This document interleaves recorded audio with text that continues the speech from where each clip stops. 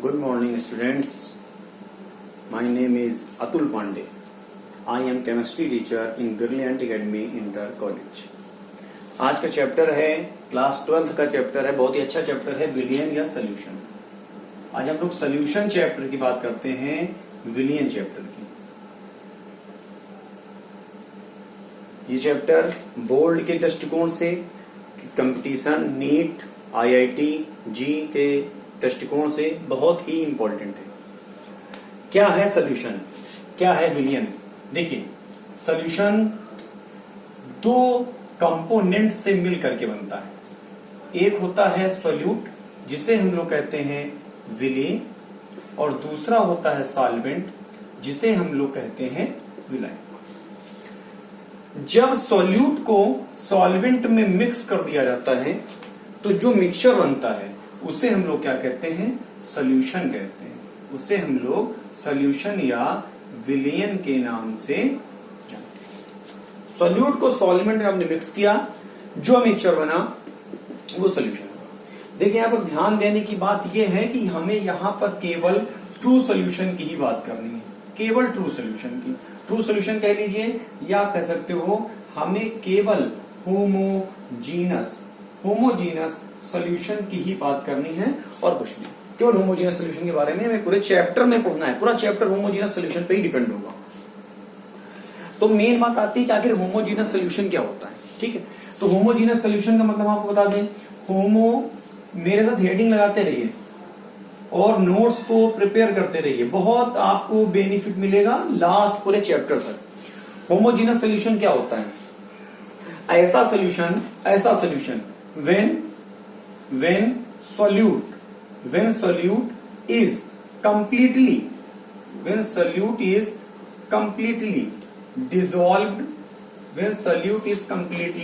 dissolved in solvent। जब solute पूरी तरीके से सॉल्वेंट में डिसॉल्व हो जाता है तो ऐसे जो भी सोल्यूशन होते हैं हमारे, वो क्या कहलाते हैं? होमोजीनस सोल्यूशन या समांगी विलयन या समांगी मिश्रण के नाम से जानते हैं। जैसे आप लोग घर में जब रहते होंगे, अब तो गर्मी आ गई, बढ़िया आनंद लीजिए। गर्मी आ गई, आप देखिए शिकंजी बनाएंगे तो आप क्या करेंगे? शुगर को अगर हम लोग वाटर में डिसॉल्व कर देते हैं, शुगर को वाटर में डिसॉल्व कर दिया तो क्या बनेगा? हमारा एक सोल्यूशन बनेगा, और एक ऐसा सोल्यूशन होगा होमोजीनस सोल्यूशन होगा। कैसा सोल्यूशन होगा? होमोजीनस। कोल्ड ड्रिंक की बोतल ले लीजिए, कोल्ड ड्रिंक की बोतल में आप उस कोल्ड ड्रिंक को चाहे ऊपर से स्किप करिए, चाहे नीचे से करिए, चाहे बीच से करिए, टेस्ट एज इट इज होगा। तो ऐसे सारे सोल्यूशन हमारे क्या कहलाते हैं? होमोजीनस। और पूरे चैप्टर में स्टूडेंट्स आपको याद रखना है, पूरे चैप्टर में केवल हमको होमोजीनस सोल्यूशंस की ही बात करनी है। दो टर्म और हमारे पास में है, पहला टर्म सोल्यूट है और दूसरा टर्म हमारा सॉल्वेंट है। क्या होता है सोल्यूट? इसको भी समझ लीजिए। एक्चुअली मैं आपको इसलिए बार बार सोल्यूट और सॉल्वेंट में फोकस कर रहा हूं क्योंकि पूरे चैप्टर में कई बार इसका यूज करूंगा, सोल्यूट और सॉल्वेंट। फिर आपको प्रॉब्लम होगी सोल्यूट क्या है, सॉल्वेंट क्या है। एक एक चीज को एक्सप्लेन करते हुए, समझते हुए चलिए, और पेन और कॉपी का सहारा लीजिए। सोल्यूट क्या होता है? सोल्यूशन में जो सब्सटेंस स्मॉलर क्वांटिटी में होता है, सोल्यूशन में जो सब्सटेंस स्मॉलर क्वांटिटी में होता है उसे हम लोग क्या कहते हैं? सोल्यूट कहते हैं। जैसे अभी मैंने आपको शुगर सोल्यूशन बताया, इसमें अगर पूछा जाए कि सोल्यूट कौन है तो आप सब लोग जानते हो कि घर में क्या है? शुगर जो होगा वो कम मात्रा में होगा, कम क्वांटिटी में होगा, तो जो शुगर होगा वो हमारा सोल्यूट होगा। और अगर बात करते हैं सॉल्वेंट की तो आप समझ गए होंगे, सॉल्वेंट का मतलब जो बिगर क्वांटिटी में होता है, जो सब्सटेंस बिगर क्वांटिटी में होगा उसे हम लोग क्या बोलेंगे? सॉल्वेंट के नाम से जानेंगे। जैसे यहां पर अगर हम लोग बात कर लें तो जो वाटर होगा वो सॉल्वेंट। क्लियर है? एक बात और इंपॉर्टेंट बात, मैं सारी बातें आपको छोटी छोटी बड़ी से बड़ी बताने का प्रयास करूंगा। एक बात और समझ लीजिए, किसी भी सोल्यूशन में जो सोल्यूट होता है वो मोर देन वन, एक से ज्यादा हो सकता है। सोल्यूट एक से ज्यादा हो सकता है, बट जो हमारा सॉल्वेंट होता है वो हमेशा कैसा होता है? सिंगल होता है, वो एक से ज्यादा नहीं हो सकता। क्लियर है? सॉल्यूशन क्या है? सोल्यूट प्लस सॉल्वेंट बराबर सोल्यूशन। सॉल्यूट किसे कहते हैं? सॉल्यूशन में जिसकी स्मॉलर क्वांटिटी होती है उसे हम लोग कहते हैं सॉल्यूट, जिसकी बिगर क्वांटिटी होती है उसे कहते हैं सॉल्वेंट। होमोजेनियस सॉल्यूशन क्या होता है? ऐसा सॉल्यूशन जिसमें सॉल्यूट पूरी तरीके से सॉल्वेंट में डिसॉल्व हो जाता है उसे हम लोग क्या बोलते हैं? होमोजेनियस सॉल्यूशन बोलते हैं। और पूरे चैप्टर में केवल होमोजेनियस सॉल्यूशन के बारे में ही पढ़ना है। अब होमोजेनियस सॉल्यूशन और एक होता है हमारे पास में हेटेरोजेनियस सॉल्यूशन, जिसे हम लोग कहते हैं विषमांगी विलयन। हेटेरोजेनियस क्या होता है? देखिए अभी हमने आपको बताया कि आपने कोल्ड ड्रिंक की बोतल ली, उसमें आपने कहीं भी उसको स्किप करिए, ऊपर से उसका टेस्ट लीजिए, नीचे टेस्ट लीजिए, बिल्कुल एज इट इज होता है। लेकिन जब आप एक आइसक्रीम लेते हैं, आइसक्रीम खाते हैं, तो हो सकता है कि ऊपर आपको चीज मिले, ऊपर आपको हो सकता है कि आलमंड मिल जाए, लेकिन जैसे जैसे हम नीचे जाते हैं वो जरूरी नहीं कि आपको हर जगह पे वही चीज मिलेगी। तो ऐसे सोल्यूशन हमारे जो कहलाते हैं वो हेटेरोजेनियस सोल्यूशन कहलाते हैं। फिलहाल यहाँ पर आपको याद रखना है कि हमें होमोजेनियस सोल्यूशन की ही बात करनी है। क्लियर हो गया? प्रॉब्लम बिल्कुल नहीं है। आप सोल्यूट को, सॉल्वेंट को, होमोजेनियस को बिल्कुल कॉन्सेप्ट क्लियर रखिए और आगे हम लोग चलते हैं। अब मेन बात हम ये देखते हैं कि आखिर हमें इस चैप्टर में मेन टॉपिक्स क्या हैं, क्या सिलेबस है इस चैप्टर का, क्या पढ़ना है मुझे, हम उस पर फोकस करते हैं। चलिए आइए मेरे साथ।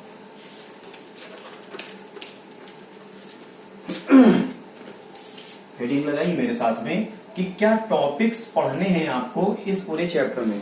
किसी भी चीज को पढ़ने के लिए उसमें क्लियर होना चाहिए कि आखिर ये चीज पढ़ रहे हैं, इसमें क्या क्या टॉपिक्स हमको पढ़ने हैं और हमें क्यों पढ़ना है। दोनों बातें हैं, इसको क्लियर कीजिए। टॉपिक्स, पहला टॉपिक क्या है, इसमें क्या पढ़ना है आपको? तो पहले तो आपको कंसंट्रेशन टर्म पढ़ने हैं बेटा। पहले में आपको कंसंट्रेशन टर्म पढ़ने हैं। ये टॉपिक आपका 11th स्टैंडर्ड है, 11th स्टैंडर्ड है, लेकिन मैं यहां पर आपको 100% रिवाइज कराने वाला हूं। कंसंट्रेशन टर्म हो गया। सेकंड आपको यहां पर वेपर प्रेशर, सेकंड आपको यहां पर वेपर प्रेशर पढ़ना है। और इसी वेपर प्रेशर से रिलेटेड ही दो आपको लॉ भी पढ़ने हैं, दो रूल भी पढ़ने हैं। पहला रूल आपके पास में आ जाएगा हेनरी लॉ, हेनरी लॉ, और दूसरा नियम आपके पास में आ जाएगा राउट लॉ। ये पढ़ना है आपको। थर्ड क्या टॉपिक है हमारे पास में? वेरी इंपॉर्टेंट टॉपिक आने वाला है। थर्ड टॉपिक है हमारे पास में कॉलीगेटिव प्रॉपर्टी, बहुत ही ज्यादा important, colligative property. Third point है कॉलीगेटिव प्रॉपर्टी। अब ये कॉलीगेटिव प्रॉपर्टी कितनी होती है किसी भी सोल्यूशन की, कितनी प्रॉपर्टी पढ़नी है, तो आपको पता होना चाहिए। कॉलीगेटिव प्रॉपर्टी 4 हमारे पास में है। पहली कौन सी प्रॉपर्टी कॉलीगेटिव है? Relative lowering of vapour pressure, relative lowering of vapour pressure, जिसे हम लोग शॉर्ट में कह सकते हैं RLVP। सेकंड जो आपको पढ़ना है वो हमारे पास में है elevation in boiling point, elevation in boiling point. Third जो हमको यहां पर पढ़ना है डिप्रेशन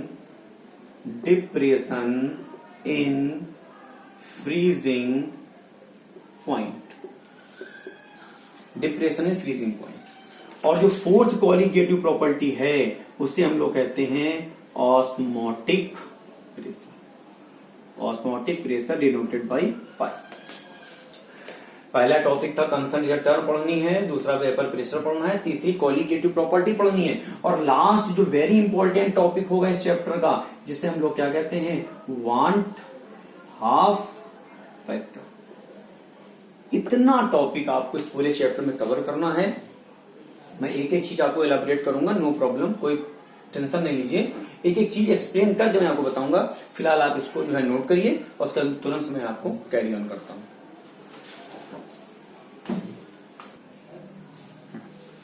चलिए, तो पहला टॉपिक लगाइए। पहला टॉपिक है कंसंट्रेशन, पहला टॉपिक है कंसंट्रेशन। देखिए बहुत इंपॉर्टेंट स्टार्ट हो रहा है टॉपिक यहां से, बहुत सही से पढ़िए, बहुत सही से, मैं बहुत सही से इलाबोरेट करने की कोशिश करूंगा और बहुत सही से।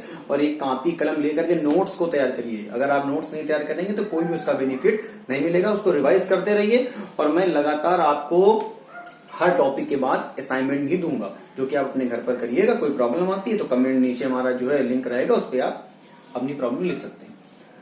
कंसंट्रेशन क्या होता है? कंसंट्रेशन क्या होता है? कंसंट्रेशन तो हम क्या लिखेंगे?